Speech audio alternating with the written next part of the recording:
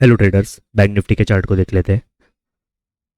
आज कहीं ना कहीं बैंक निफ्टी हल्का फुल्का पहले नीचे आया, सेलर्स के स्टॉप लॉसेस इसने क्रिएट करे, वापस फिर ये ऊपर जाके कहीं ना कहीं हल्का सा रिट्रेसमेंट देके क्लोज हुआ है।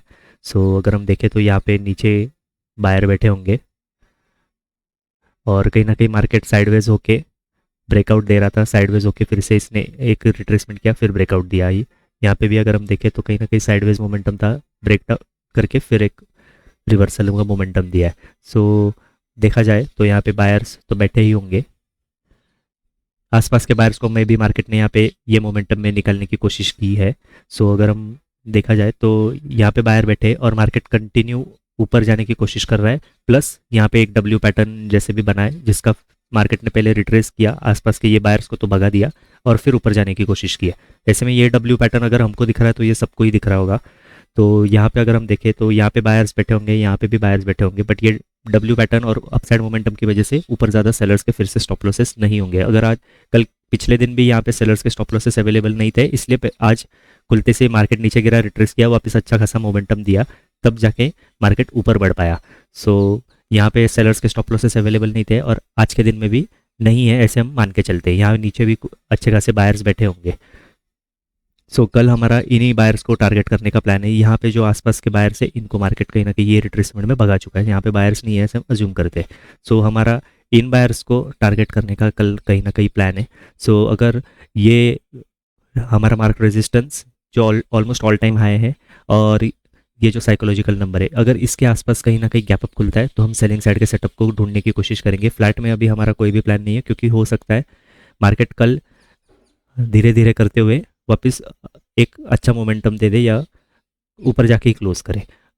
तो ऐसे में यहाँ पे फ्लैट में हमारा प्लान नहीं है और गैप डाउन में भी हम यहाँ पे सेलिंग साइड के सेटअप में ही जाने की कोशिश करेंगे। गैप डाउन में यहाँ पे अगर गलती से कोई बायर बैठा भी होगा आज के दिन में तो कहीं ना कहीं वो पैनिक करना चालू करेगा और कहीं ना कहीं मार्केट एक अच्छे सेलिंग में जाने की कोशिश कर सकता है। मार्केट अगर देखा जाए तो एक अच्छा पॉजिटिव मोमेंटम चल रहा था, बाद में 2 दिन का रिट्रेसमेंट हुआ, वापस कहीं ना कहीं ऊपर जाके रिट्रेस करके ऊपर जाने की कोशिश कर रहा है। यहाँ पे एक हायर हाई बना था और अभी एक लोअर हाई बना है, तो हो सकता है मार्केट कहीं ना कहीं नीचे आए और अच्छा खासा मोमेंटम देके नीचे आए। अगर देखा जाए तो कहीं ना कहीं हम एक डबल टॉप के आसपास यहाँ पे खड़े हैं कहीं ना कहीं, जहाँ से मार्केट नीचे जाने के चांसेस है।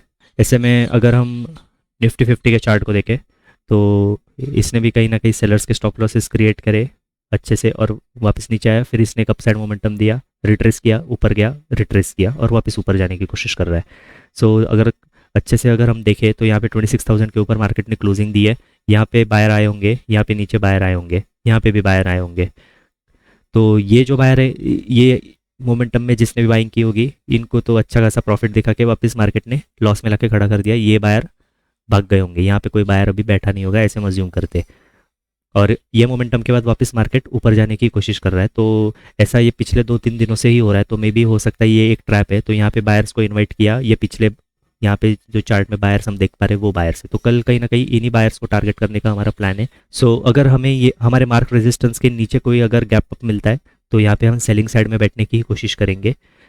आज मार्केट सेलिंग साइड हम गैप अप में इसलिए जाने की कोशिश करेंगे क्योंकि आज मार्केट देखा जाए तो यहाँ पे क्लोजिंग प्राइस है, कहीं ना कहीं आज मार्केट ने इसका मल्टीपल टाइम सपोर्ट लिया और ये ऊपर ही जाते रहा।